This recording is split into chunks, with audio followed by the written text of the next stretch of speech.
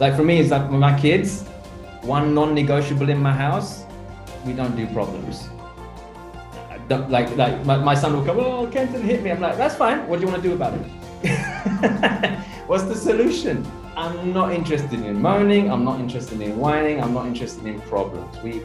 That's a non-negotiable in my house. It's like, how do we solve this? You can't truly love anyone until you love yourself. So if you're listening to this right now, something you can start doing is look at yourself in the mirror every single morning and just practice saying, I love you. That's it. Hello and welcome to the Real Success Show.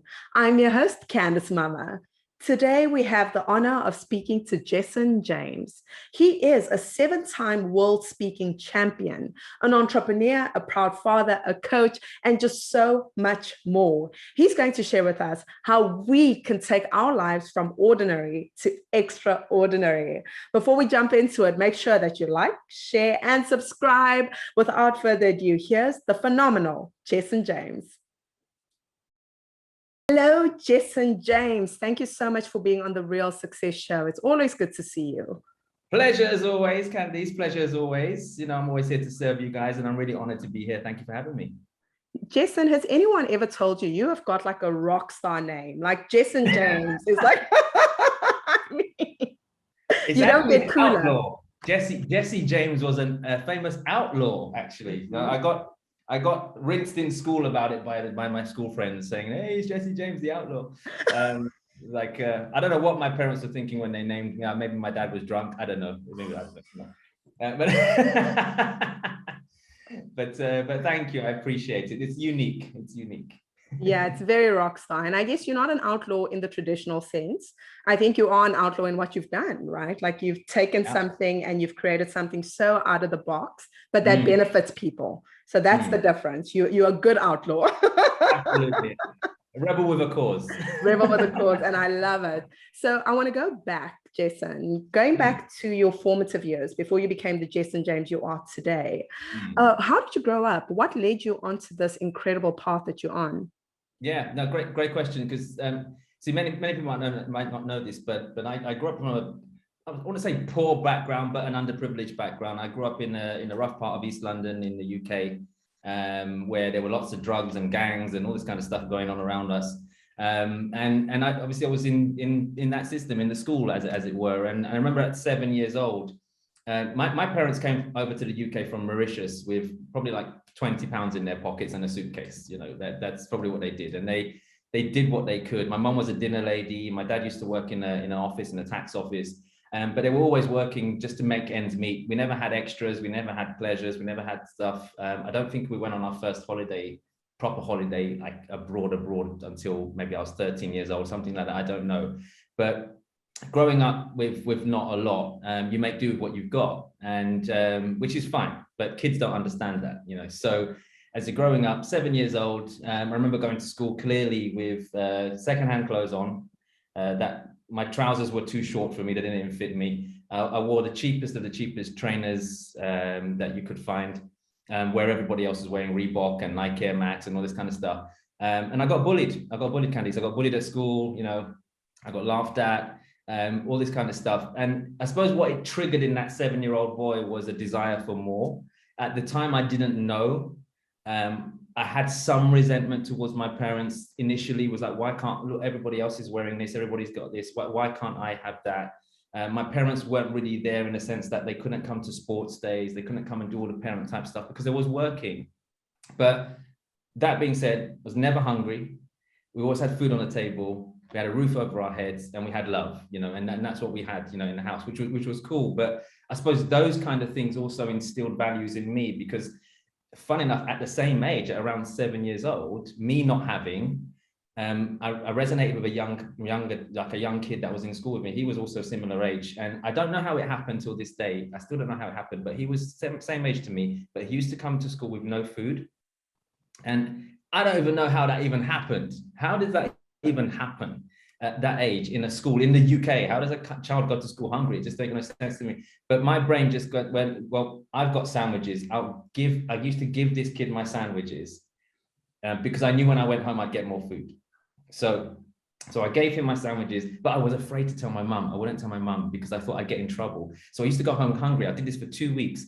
And eventually I went home one day. I said, Mum, I'm hungry. She said, well, what happened? Did you not have your lunch? What happened at school? So I told her what I've been doing. I've been giving this hungry kid my sandwiches because he doesn't have any food.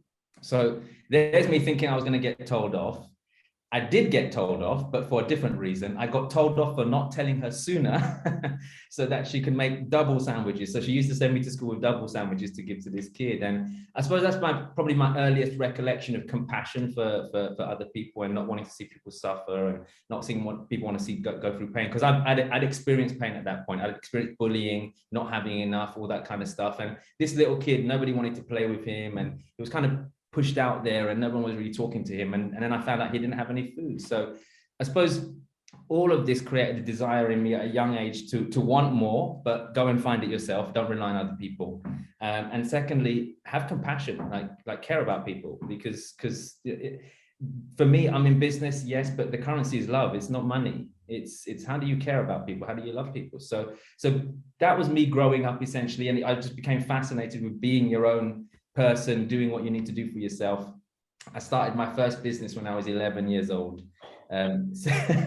selling fireworks in the playground. Not a good business. It got shut down very quickly. And then I went on to selling. I noticed the school had a tuck shop. I don't know if you've got those in South Africa, but in school, yeah, the little tuck shop. So they used to sell. Someone used to sell sweets, chocolates, drinks out of a window of one of the classrooms at playtime. And I saw that and I went, my mum always buys chocolates, drinks and stuff in bulk. So I used to take some to school in my bag. I used to sell them in the playground. That got shut down as well.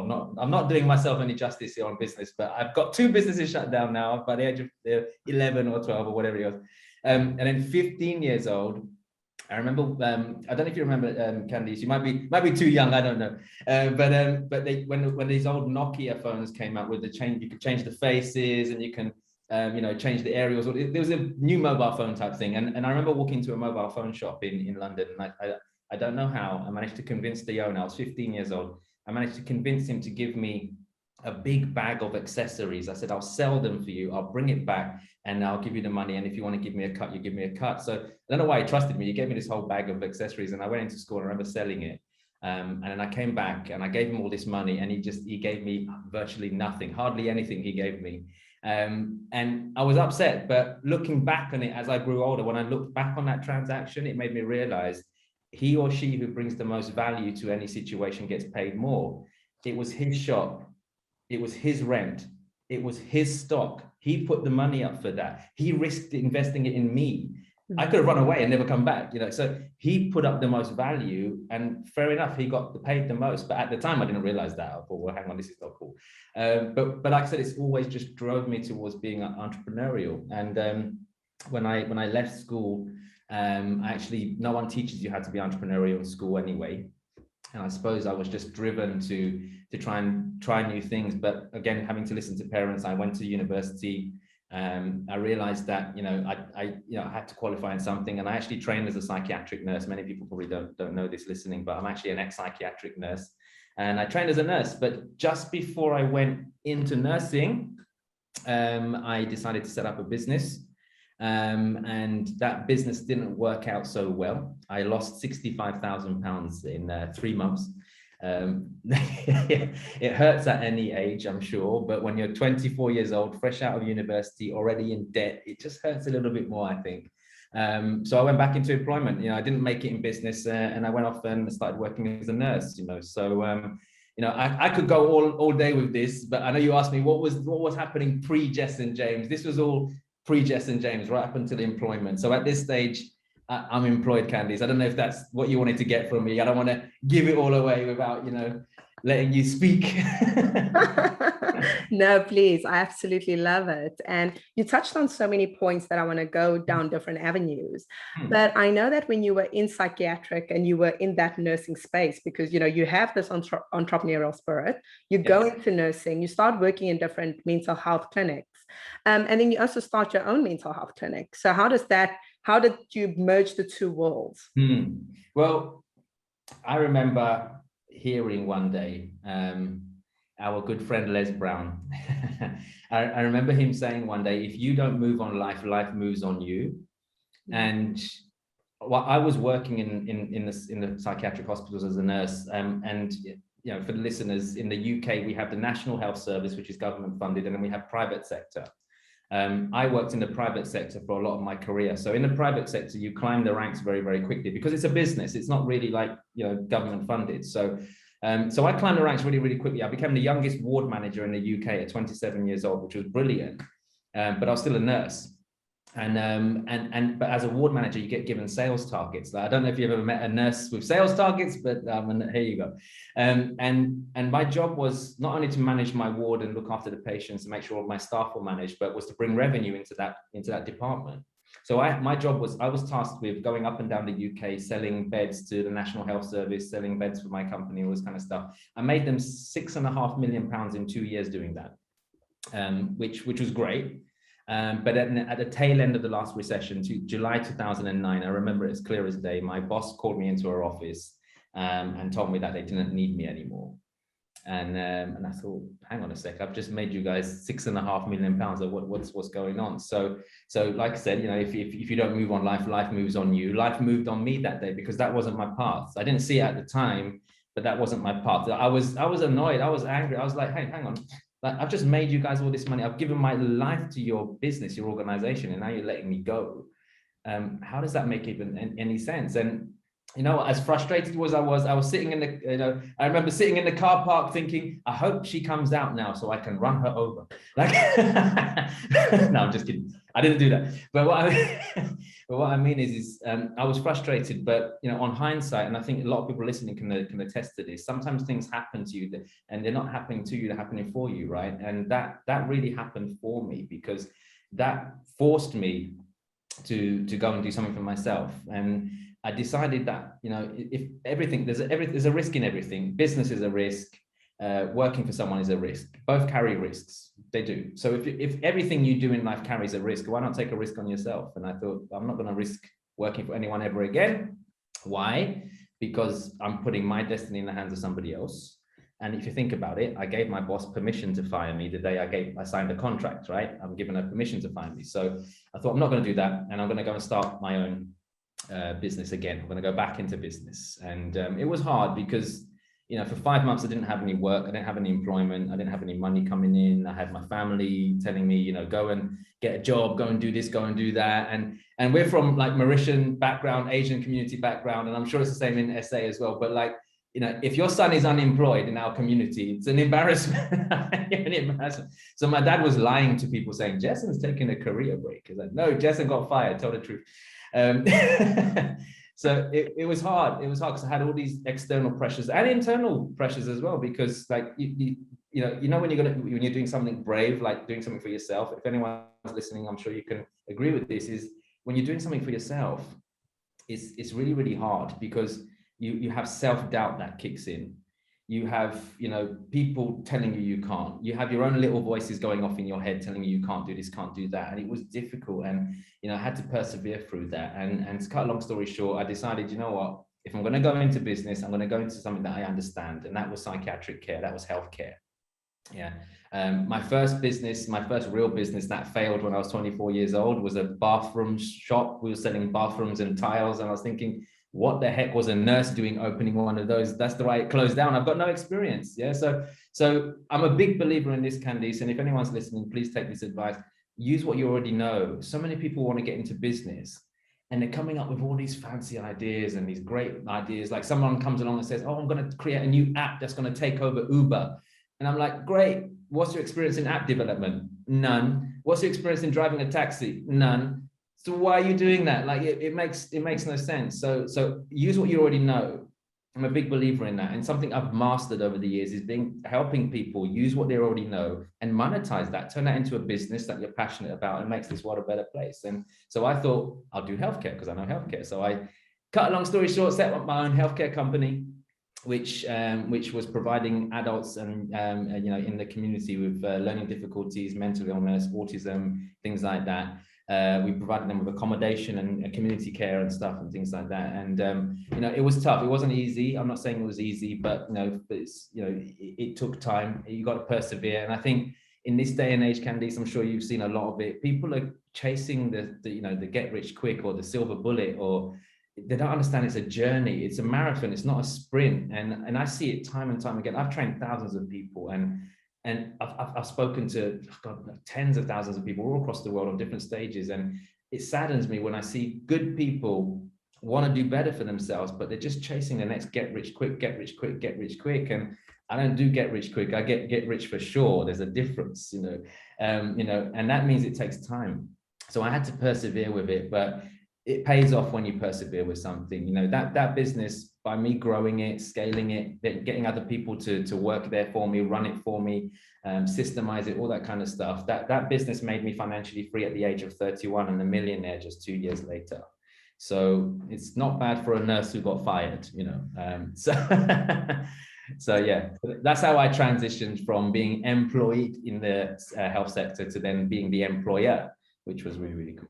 Wow, I love that story. And you highlight a lot of the time that, the difficulties. So you do talk about there was a lot of difficulty from the being fired to the starting the business to actually getting a business that's, making money and not just breaking even. So when you were in those difficult times, Jessen, where the doubt was around you, where people were telling you, Jessen, go get a job. What were some of the things you were doing to stay motivated, to stay inspired, to keep going? Yeah, do you know what, Candice? It's a great question. At the time, I didn't actually know what I was doing. But on reflection, I now know the strategy. I think many of us run a strategy and we don't even know we're doing it until we look back and reflect on it. And a lot of people say to me, what kept you going? What kept you moving? What kept you motivated? What kept you inspired? And I could say lots of lovely things like staying positive, staying motivated, staying clear on my vision, knowing my goals, all that kind of stuff. If I was telling you that, it'd actually be nonsense. The real thing that kept me going was knowing my values. What's important to me? And for me, freedom is a big value of mine. I didn't want to work for anyone ever again. I didn't want to. I could have got a job like in the UK. The company I worked for was the second largest independent care provider in the UK. I could have gone to the first largest corporation, and they would have given me a job in a heartbeat because I knew all of their competitors' secrets. But I would have put myself in the same position again, working for someone else. And so knowing my values kept me going. And I made working for someone else non-negotiable. I made my business failing non-negotiable. It wasn't happening. I was on my journey to freedom, which is a strong value of mine. And that's what kept me going. And I think there's a lot of people who have started businesses or looking to start businesses. Maybe they're working in a job they don't like at the moment or doing something that they don't like.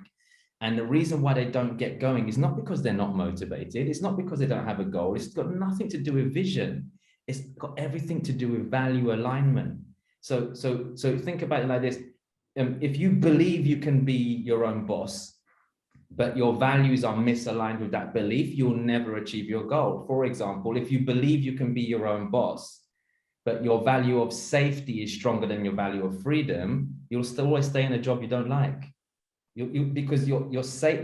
People get this the wrong way around. Values create beliefs, not beliefs create values. It's the wrong way around. I believe in freedom. My value of freedom is so strong. Therefore, I believe I can be successful. Therefore, my value of freedom is strong. My belief is strong. They align. But if I believe it in my heart, yes, I can be successful, but my value of security is stronger than my value of freedom, there's a disconnect. I will always stay doing things I don't like. I'll stay in a job I don't like. I'll stay working for someone else I don't like, and I'll never pursue my dreams. So my advice to everybody is know your values. They say in life, if you don't live according to your own values, you'll end up living your life according to somebody else's. And that's what many people are doing, So for me, whoever's listening right now, when it gets tough, just reconnect with your values. What's important to you? Yeah. And that will help you stick on track.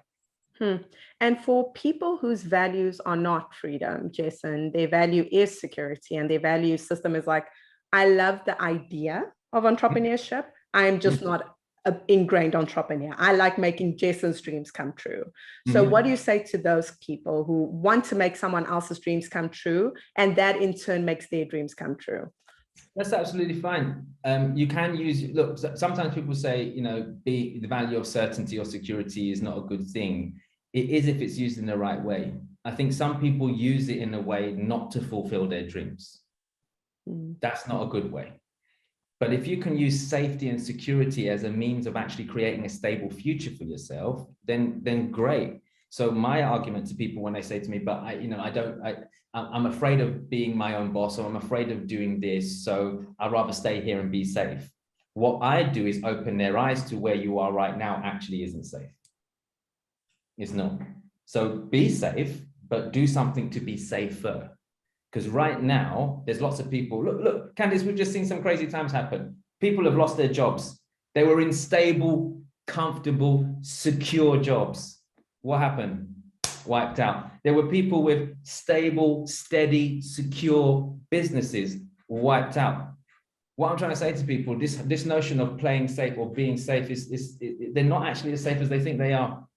They're not. So you can be safer by making sure you never leave yourself in a situation where you don't have at least 6 months of savings worth in the bank to get you by. You never leave your business without 6 months worth of running costs in the bank, so that if anything happens, you've got time to maneuver. Like, some people are living month to month and they think that's safe. That's not, that's the most dangerous thing you can do. So if you're going to use safety as an element to drive you forwards, then be more afraid of where you are right now, so that you're not actually as safe as you think you are, and use your value of freedom, or so your value of security to make yourself even safer, because you're not safe. A lot of people think they are, they're not. We've seen it happen. You know, so that's what I'd say to people. Oh, that's powerful clarification, I think, because I think a lot of people usually will have a resistance, right? Like, I mean, I've had resistance to things that I didn't like hearing. It didn't mean I didn't need to hear it. I just didn't like hearing it at the time. And Jessen, you have done some incredible things. And one of those is you became a 7-time, not 1, 2, 3, 4, 5, 6, 7-time world speaking champion. Like, how does that even happen? Like, how did you start that trajectory? And were you always like, I'm going to be the best 7 times over? Well, I didn't say it out like that, but interesting enough, I think, how did I even get into this world? You know, I think what people forget is that there's a lot of people running around chasing their passion and their purpose. They're trying to figure out their purpose right now, you know. So, and look, I've got a different take on it. I believe you should find your purpose, but I don't think you should live your purpose until you've met your own needs. Because for me, I had to meet my own needs first. I was stable in business. I was doing really well, like not just the care business. I was able to open other businesses, hair salons, online stores, tech companies, all kinds of stuff, property companies. You know, I did all these kind of things. But once you've achieved stability in your finances, in your health, in your relationships, once you've achieved that level of stability, you've got your own house, your car, and all that kind of stuff, something's missing. And those things make you happy. Car, house, job, business, family, they make you happy. They do. They don't make you fulfilled. There's a difference. And this is why we see a lot of celebrities, they make loads of money, and then what do? They go off and start orphanages, go out and do charity work. You see them do it all the time. Why? Because they're not fulfilled. They're happy, but they're not fulfilled. And I think some people, they're trying to achieve fulfillment before happiness. Some people out there, I know, look, there's a lot of people listening to this right now. I'm guessing that, because look, if they're listening to this show, and anything like Candice and the rest of the Real Success team, they are givers. They like to help people. They like to serve people. And some of us are doing that without actually realizing what we're really doing. We're helping people to distract from what we should be doing instead. A lot of people are doing that. Now, why? Because it feels good. When you help someone, biochemically, it releases oxytocin into your body, which is a feel-good hormone. It's addictive. It's like crack. You want more of it, right? It's addictive. It's true. Like when you help that little old lady across the road with her groceries, you're like, oh, let me find some more old people to help. You know, because it feels good. It feels good. But here's what we're doing. We're subconsciously basically covering up what we should be doing for ourselves. Yeah. I get it, you want to be charitable. I get you want to help because that brings fulfillment. But what's the point in being fulfilled when everybody else is not around? You're unhappy because you've got bills to pay and you've got, you're not really living life on your terms or whatever it might be. So I say to people, look, be selfish for the next 12 months, 24 months. Make your why you, not changing the world. Make it you. Find out what makes you happy. Great, do that. So for me, it was financial security, stability, money, work, business, family, friends, all that kind of stuff. And then comes fulfillment, which is giving. So I started giving by coaching and mentoring people, but I realized very, very quickly in a short space of time, doing one-to-one stuff, I can't have as much impact as I want to have. So I retrained as a professional speaker back in 2015. I remember actually being in the audiences 2013, 2014, looking at all these speakers on stage, and I used to look at them and like think, I used to see all the speakers up on. I used to watch, Rob Moore, John Lee, T. Harv Eker, Veronica Tan, Richard Tan, Success Resources, all the guys. I used to sit in the audience watching, go, I can do that, and I'd love to do it. And if I'm going to be real and honest, I love all the speakers that are out there doing their thing. There's one thing that I noticed from the UK anyway, because I was only attending events in the UK. I didn't really meet any speakers that were really coming from here. I felt it was very transactional. Don't get me wrong. People were selling education, they were selling courses, and we all need to learn. Every single person listening to this, you must invest in learning. You have to. I just felt, what will happen if you offer people guidance, mentorship, but you also give them your heart and show them that you care? And I felt there was a little bit of a disconnect. And I thought, you know what, I want to be on that stage. And when I get on that stage, I'm going to make sure people know how much I care. And that's really, really important, because they say no one cares how much you know until you show how much you care, right? And I think that's really, really important. So I decided to step up. I retrained as a speaker in 2015. And then I decided, you know what, there's no point being trained as a speaker if you don't speak. So I started running my own events. It was very difficult because when you're a speaker and you're wanting to come up, you want people to give you opportunities. If anyone's listening and they want to be a speaker, I'm sure you want people to put you on their stages. You want people to work with you and all that kind of stuff. But you've got to think of it from the promoter's perspective. Why would they do that when you haven't proved yourself first?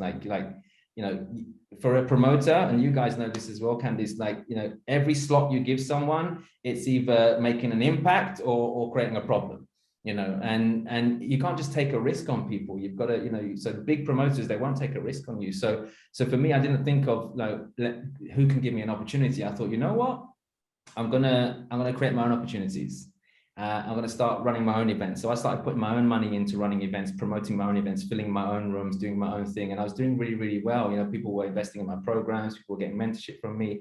I was having big impact. It was really, really going well. And then I realized I needed to leverage it a bit more by now going on to the multi-speaker circuits and stuff. And again, it was hard because people don't give you a shot.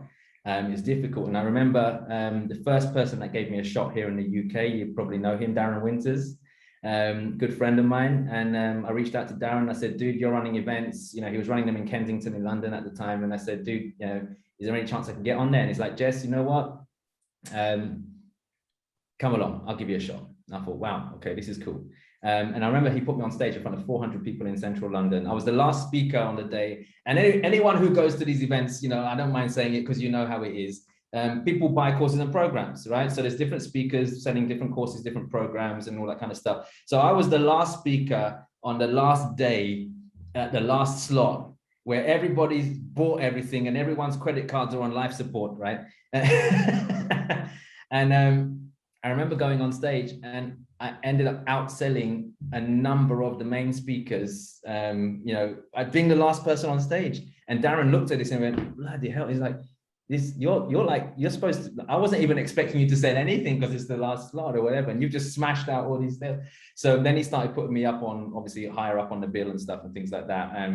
That's when I started to gain leverage. And then I met with Success Resources as well, and they put me on stage in the Troxy Theatre in front of 1,500 people, alongside Gary Vee and people like that, which was really, really cool. And it just really helped me springboard my career as a speaker.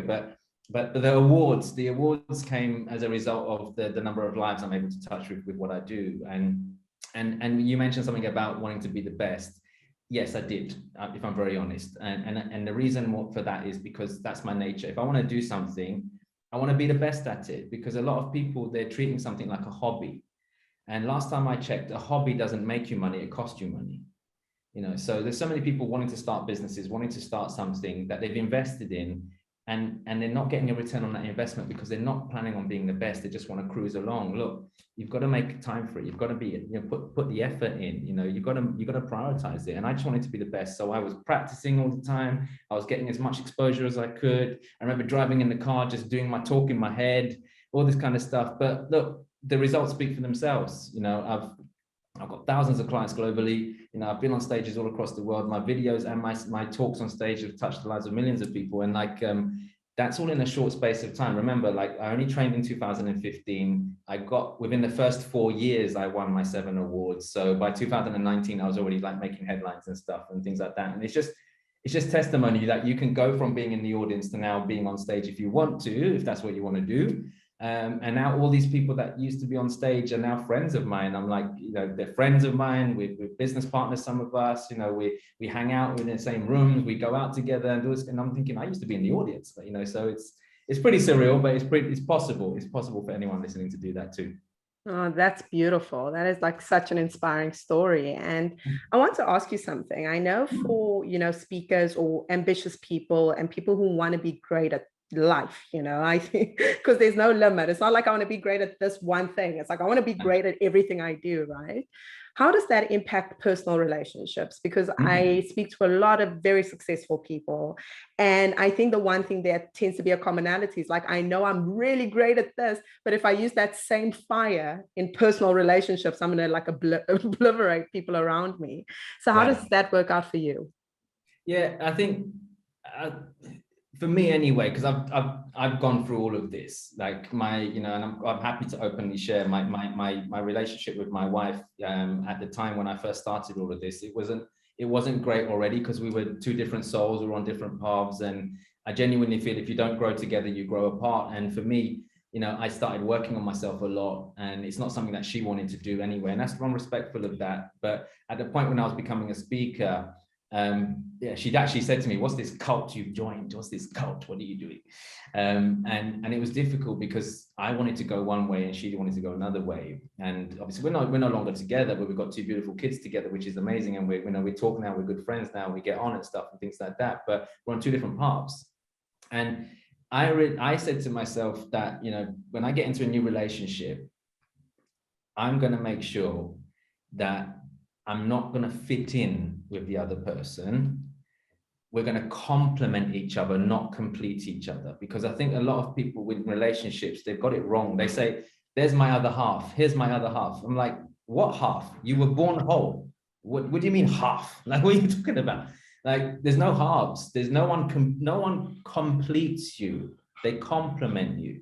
So how can I find someone that complements me and is cool with what I do? Because the big thing in relationships, and Candice, that entrepreneurs need to understand as well, is that you're not normal.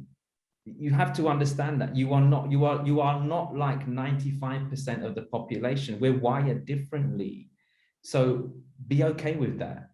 I am absolutely fine being weird. It's all good. I'm happy with it. Yeah, I'm good. You've got to be good with yourself. Don't feel like it's a chore or a challenge or a burden for those around you. But what you do need to do is be aware of it. Not everybody fires on the same cylinders as you. Not everybody's like you. For example, the same fire and energy I bring into business, presenting, sales, whatever it might be, I need to turn it down at times because my family's not connected with that level of energy. Does it make sense? But they get me and they understand me. And I think what you need to understand is if you're going to pour it into personal relationships, is obviously be clear, manage expectations. This is really, really important.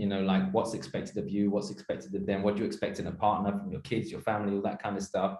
And just make sure that you're allocating your time accordingly when you're in relationships, especially as an entrepreneur, because big thing I see entrepreneurs do is they bust their backsides working. Say they're doing it for their family. By the time they've made it and they turn around, their family's gone. It's not there anymore. Their family's not even interested in them anymore. So you've got to balance it. You've got to manage it. But communication is key. Be with someone who compliments you, not someone who wants to pull you in another direction. Honestly, I was very clear with my new partner. I was like, hey, this is who I am. This is what I do. Are you cool with that? Because if you're not, that's absolutely fine. It doesn't make her bad. It's me. And you got to be super clear on what you want in relationships. Nobody's perfect. You're never going to, like, these people go, I want to find my perfect partner. Well, let me know how that works out for you. You'll never find someone perfect, right? You never will. But what can you do? You can find someone who complements you, and you can compromise on certain things. But as an entrepreneur, I'm just telling everyone, just, look, take my advice. I'll save you a lot of heartache from breaking up with people. Yeah. Make sure you manage expectations, but also have non-negotiables, both of you, not just you as the entrepreneur, but your partner as well. What's the non-negotiables in this relationship? What will you not accept? Like, just be clear on that. Yeah. For me, I will not accept my partner trying to stop me from achieving my vision. I will not accept my partner from interfering with my goals. I will not accept my partner from telling me what I can and can't do. It's non-negotiable for me. It's not happening. Again, my value of freedom is very, very strong, right? But and your partner needs to have non-negotiables too. As long as you're clear on what the non-negotiables are, all the other stuff you can compromise with, right? And that's the key. So I think it's celebrating who you are and being comfortable with who you are and knowing that you're wired differently, managing expectations through communication and letting people know like what it is that you're doing and what letting your partner know what you're up to, but also having your non-negotiables as a couple. And with your family, your parents, your brothers, siblings, whoever it might be, your children even, just knowing, like for me, it's like with my kids, one non-negotiable in my house, we don't do problems. Like my son will come, oh, Kenton hit me. I'm like, that's fine. What do you want to do about it? What's the solution? I'm not interested in moaning. I'm not interested in whining. I'm not interested in problems. We that's a non-negotiable in my house. It's like, how do we solve this? Like, so even down to your kids, that you can pour this stuff into your kids if you want to. So it's the same with my team in business. With my team, nobody comes to me with a problem. They know if they come to me with a problem and they don't say anything afterwards, I'm just going to be silent, and they're going to be wondering, why am I silent? Because I'm giving you an opportunity to give me a solution. Don't just come and moan to me. What do you think? If you don't know, guess, because this is how we move forward, progression, So communication is very, very crucial in relationships and personal relationships. But again, I think you just need to accept who you are as an entrepreneur and find someone who accepts you for who you are as well. Because when you're successful, people will like you for the money, but they won't like what comes with the money, which is the work, the work ethic. And for me, my tenacity as well for, I read, maybe a bit too much, maybe more than others, but I really care about people. I really care about my clients. I go above and beyond. That's another thing for me, non-negotiable. Don't interfere with me and my clients. Like, I care about them so much. Don't tell me I can't go and help my client. Don't tell me because for me, I care about people so much. It's me, it's who I am. Now, I'll never change. I won't change because I don't want to change as well. Like, people say to you, oh, you should be like this, you should be like that. Well, why? If it makes you happy, then do it. Why would you stop doing something that makes you happy? So I hope that answered your question. It was a bit of a long-winded answer, but I hope it answered it. No, never long-winded, always appreciated. Because I love the emphasis on the acceptance of self, because I am a huge proponent of that. I think it's a journey I will continue to be on until the last day, and everyone I think I encounter. What are some things that you've done in order to be more accepting of yourself, to be kinder to yourself, to be more understanding and empathetic towards yourself? Because I find that people are really the worst to themselves before even anyone else. So what have you done in order to get better with Jessen? Yeah, again, values. What's important to me, like, think about it, like many of us, we're trying to meet our needs in one way or form. Some of us are doing it in a dysfunctional way, some of us are doing it in a functional way, right? So for me, knowing my values, knowing what's important to me first, then comes self-worth. Do I deserve to have those values enhanced? And a lot of people are not doing that. They're not sitting down and going, do you know what? I deserve to be treated better. I deserve to have more. I deserve not to suffer. Like, a lot of people are not giving themselves permission to deserve it because they feel like they don't deserve it. Like, I don't think anyone listening to this right now deserves to suffer. You don't deserve to be in pain. You definitely don't deserve to be spoken down to. You don't deserve to be treated like a piece of crap. No one deserves that. So you got to think of it logically. Some people listening to this right now, if you're suffering, you're in a relationship that doesn't serve you, you're on a job that doesn't serve you, you're not making enough money, there are health issues, whatever it might be, logically, it tells you it's not acceptable. But our brains don't work logically. They work according to how we associate to things. So for example, logic tells you leave an abusive relationship. What keeps you there? Emotion. It's not the logic, so logical response, leave, psychological response, stay. Think about that. I'll stay because I might not find love again. What will people think of me? I might get judged. I might get rejected. Logical response, leave. Psychological response, stay. And that's why we need to understand.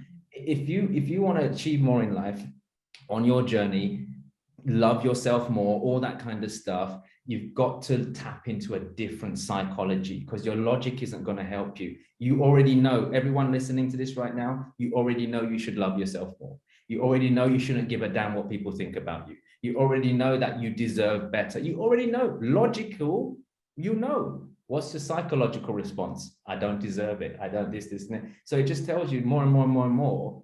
In order for you to have these things, you've got to work on yourself.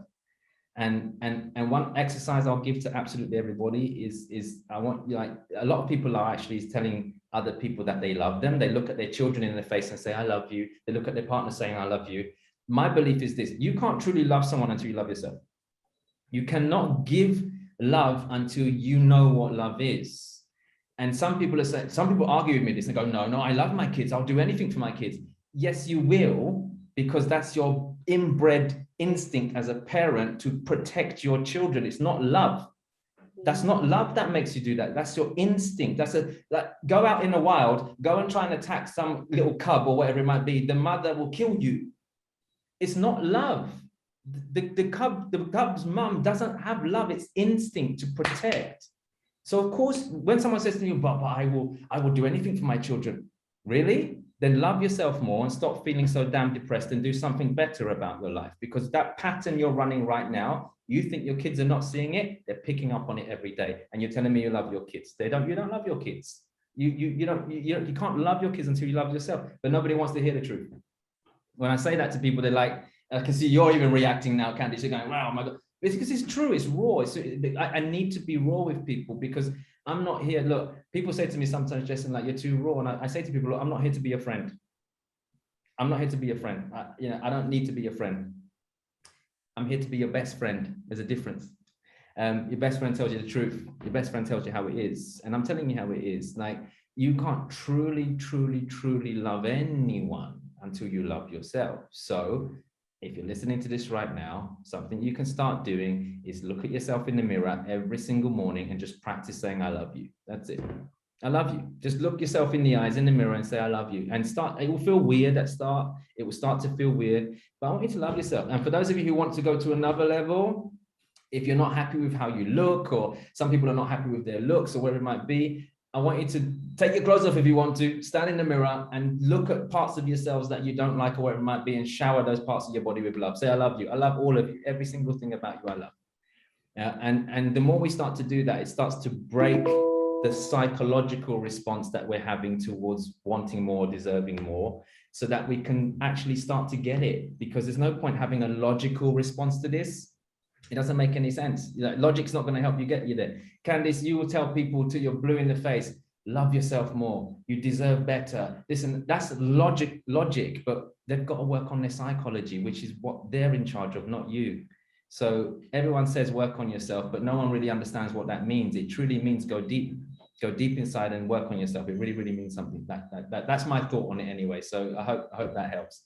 Yeah, I think that's brilliant. And I think it's powerful. And I react because it's so true.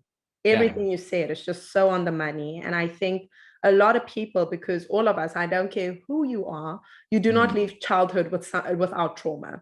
All of us are going to be traumatized at some point in our lives. Absolutely. And I think if you attach to that story of unworthiness, we see it playing out. And like you said, for me, my biggest belief is, if you want to change the world, change yourself. If you want more love in the world, love yourself. If you want more people, to be gracious and empathetic, be gracious and empathetic to yourself. Absolutely. Right. it comes back to what you just mentioned about when you're coaching people and you say, you need to go do this for yourself. I mean, what is the kind of response you get, Jess? And I'm just curious, like when you say to your clients, stop helping the world and help yourself, like what do people say? You know, it's most times it's a wake up call. Most people go, they have like a light bulb aha moment. They're like, you know what, he's right. He's right, because I'm busy running around helping everybody else, but what about me? And the other thing, the other response I get, because I tell people this, is it's almost like a sigh of relief, because I give them permission to love yourself. I give them permission to be selfish over the next few. Give yourself permission. A lot of us are not giving ourselves permission because we might, what if people think I'm selfish? What if people they might feel guilty, or whatever it might be. And a lot of parents get this at times. They're like, what you mean? But I need to be selfish for the next 12 months. I need to just look after my own needs for the next 12 months. What about my kids? And I'm like, well, look, would you rather sacrifice 12 months working on your business, for example, and yes, maybe compromise seeing your kids for a little bit so that you can spend the rest of their lives with them?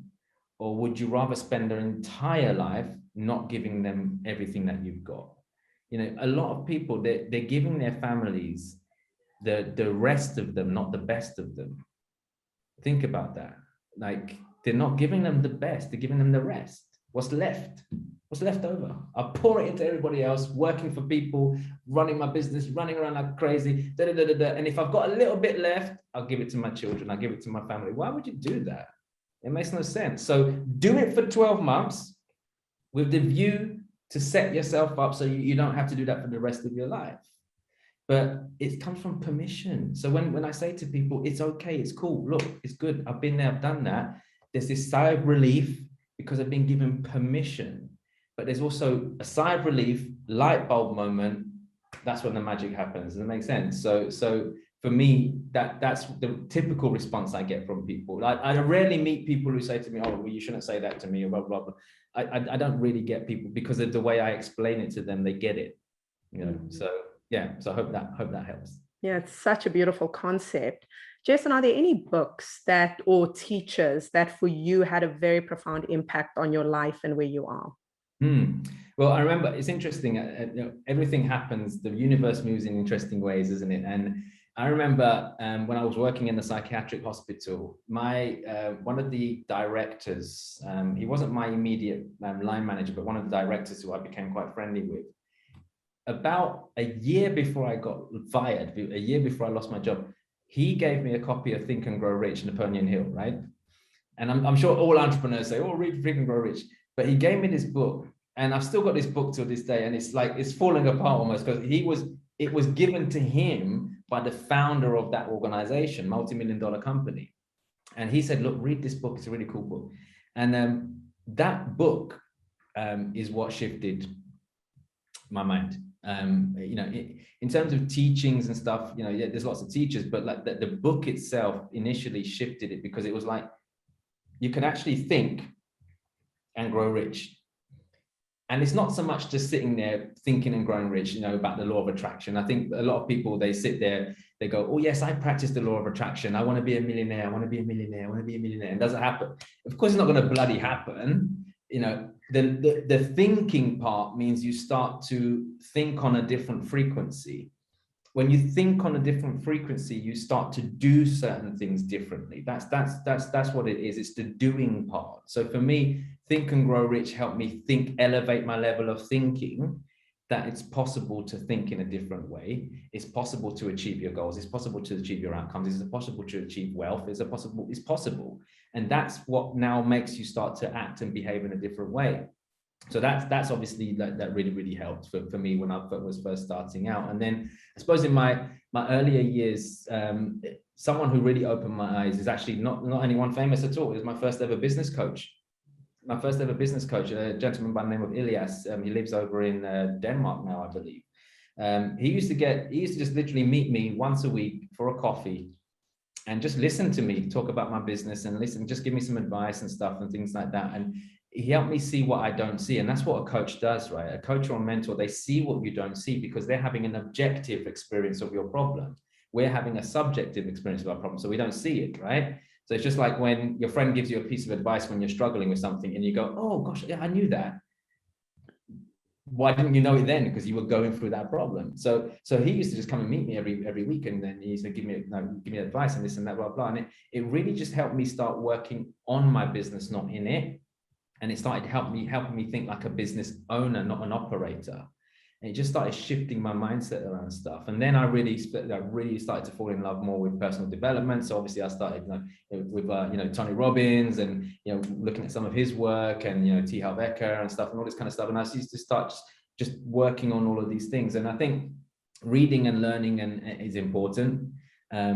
I love reading, but I'm a big believer in do what works for you. And for me, what works for me is audiobooks and videos and stuff and things like that. They work better for me because I can, my car, I don't listen to music, really. I listen mostly to audiobooks and stuff and things like that. My routine is quite cool. If I'm driving somewhere, I'll listen to an audiobook, and then like if I'm driving to a meeting or whatever, like 5 or 10 minutes before I get to that meeting, then I'll put on some music and get in the mood, get pumped up. But I feed my brain as much as I can. I like to watch videos. I like to watch. I'm quite visual in that sense, and auditory. I like to listen and watch stuff. So it's about finding what works for you. But in terms of finding teachers, if I'm going to recommend anything to anyone, yeah, you can recommend your Tony Robbins and all that kind of stuff, but I'd say find a teacher that matches what you want to learn. Now, here's the other thing though. What you want to learn and what you need to learn are two different things. Yeah. A lot of us want to learn how to make money, but what we need to learn is how to regulate ourselves first. A lot of us want to learn how to become wealthy, but what we need to learn is how to manage our emotions and manage our minds first. And we don't even know how to do that. So we're going on a wrong path here. So I would say double down on what you need to do. And I think right now, listening to what's going on in the world, people need to learn more about how to manage your state, how to manage your emotions, how to manage your thought process, because your state manages absolutely everything that you do. Think about it. Yeah. If you are angry, if you're in an angry state, it will affect your decisions. Your decisions will affect your actions will affect your results. So if you want better results, you've got to change your actions. If you want better actions, you've got to change your decisions. If you want to change your decisions, you've got to change your state. So think about that. So we've all done something in the past where we weren't happy with, like we were angry, we did something that we regretted. It's because of our state.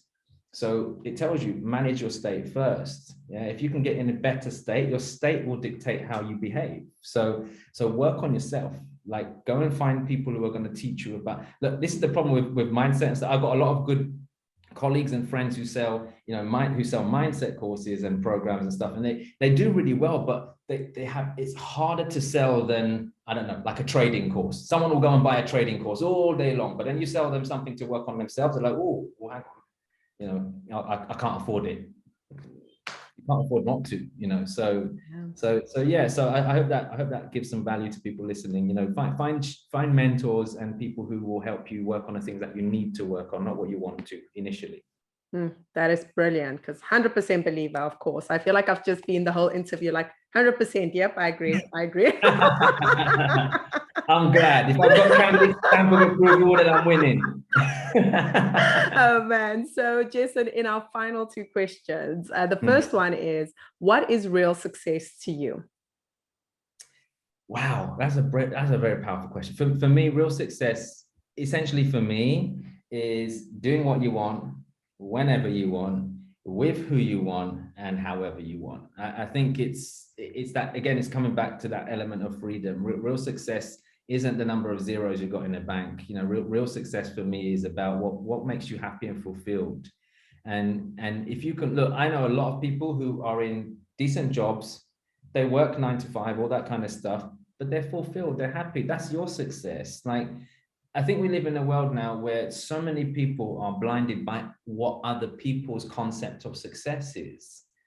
What's your version of success? Don't feel like, you have, like, for me, I'm very open with my students. I'll let them figure out what they want for success. I will call them if I think they're playing too small, not because I want them to be bigger, because I think where they're playing is actually dangerous. Like for example, just having a secure job with no other source of income, that's dangerous. that's dangerous, because if your job gets wiped out tomorrow, then you're going to be a job. So I have stretched them a little bit, but not everyone wants to be a millionaire. Like a lot of my students, they come to me and like they're blinded by the whole industry of being a millionaire. You've got to be a millionaire. You've got to live in a freaking big mansion and have a yacht and have 10 freaking Bentleys. And it's nonsense. It's social media making people think like that. And like anyone listening to this right now, you choose what makes you happy. You choose your level of success. You do not need to be a millionaire to even live like one. You can still have a nice car. You can still go on 6 holidays a year. You can still have a nice house. You can still put your kids through school. You don't even need to be a millionaire to do that. So why chase something that's not necessarily for you? I just think you should do something that makes you happy. And if it makes you happy, if it's making this world a better place and it's giving you a level of fulfillment, then that's success, isn't it? You know, not how many zeros you've got in the bank, you know. So don't judge your success based on the success of others. Otherwise, you'll always be comparing yourself to other people. So that's my take on real success. Oh, that's brilliant. And the final one is, what is something about Jessen James that we will not find on Google? What is something about me that you will not find on Google? Do you know what you won't find about me on Google is that I'm an incredible cook. I love cooking. I'm incredible. Like no one will find this on Google. And I started cooking. I started watching my mum cook from an early age. So I've been cooking since I was like maybe like 13, 14. I've always watched my mum cook like curries and noodles and fried rices and all these wonderful dishes and stuff and things like that. So I've never been trained in cooking or whatever it might be, but you know, I just love experiencing stuff. So when I was at university, cooking was my therapy. So I used to, because as a student nurse, it's not like normal students. Like we didn't get as much holiday as the rest of the students. We studied Monday to Friday. I also worked on the weekends to make ends meet. So I did this for 3 years, 7 days in a row. But also as a student nurse, when lectures finish, you then have to go and do placements on the wards and stuff, things like that. So it was very like stressful at times. And for me, cooking became my therapy. I used to, I used to like to eat good food. So I'd go and, I'd work so I can afford it. But then I'd come back to my flat as a university student and I'd cook. I'd be cooking like crab soup and salmon and this and all this kind of stuff. And all the other students were putting pizzas in the oven. They're like, what's this guy doing? But it's my therapy. And even now, I am guilty of not cooking as much as I would like to cook. Now I'm a bit more about leverage. I'm like, well, rather than, I think of my kids, for example, I'm thinking, you know what, my kids and I, we eat out at least 3, 4, 5 times a week, right, in restaurants. And it's not because, we don't want to cook. My theory is this: I've created a life where I can afford to do that. And the reason I do it is not to waste money, is that I would rather spend time breaking bread with my kids and having good times than my back towards them whilst I'm cooking. That's my thought process on it. So I don't do it enough now, but when I do it, I'm a great cook. That's what I would say. Oh man, I cannot wait to come to the UK and taste some of Jessen James's cooking. Be my guest. I will cook for you all day long. Absolutely, absolutely. Oh, Jessen, this has been absolutely phenomenal. Thank you so much for your time. Thank you. I appreciate it, and thank you for having me here, and thank you for the great work that you guys are doing. Keep changing lives. You guys are awesome. If you love this conversation with Jessen James, make sure that you are listening to Peter Sage. You're going to love it. Thank you so much for spending time with us, and I look forward to seeing you again next week.